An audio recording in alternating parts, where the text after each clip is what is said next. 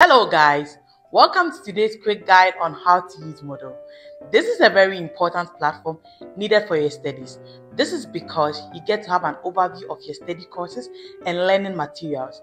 Don't worry, it's easier than it looks. Now let's get right into the video. Open your web browser, type HSRW Moodle, click on the official page, then log in with your university details. You can choose to save your password or not. On the home page, you will see the different faculties. Select your faculty. To enroll on Moodle, you have two options. Option 1, you can search for the courses directly using the search button here. Always make sure you're enrolling in the right semester. Click on Enroll Me. And here you have it, you've been enrolled.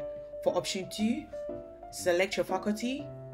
Navigate your way through your study course and then select the right study course, right curriculum as well, and then make sure you select the right courses you want to enroll,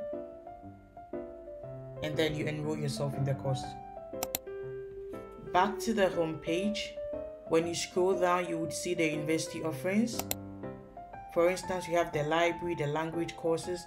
To enroll in any of the university offerings, you would have to go through the same approach and then enroll. Once you are enrolled, the courses will then appear on your dashboard.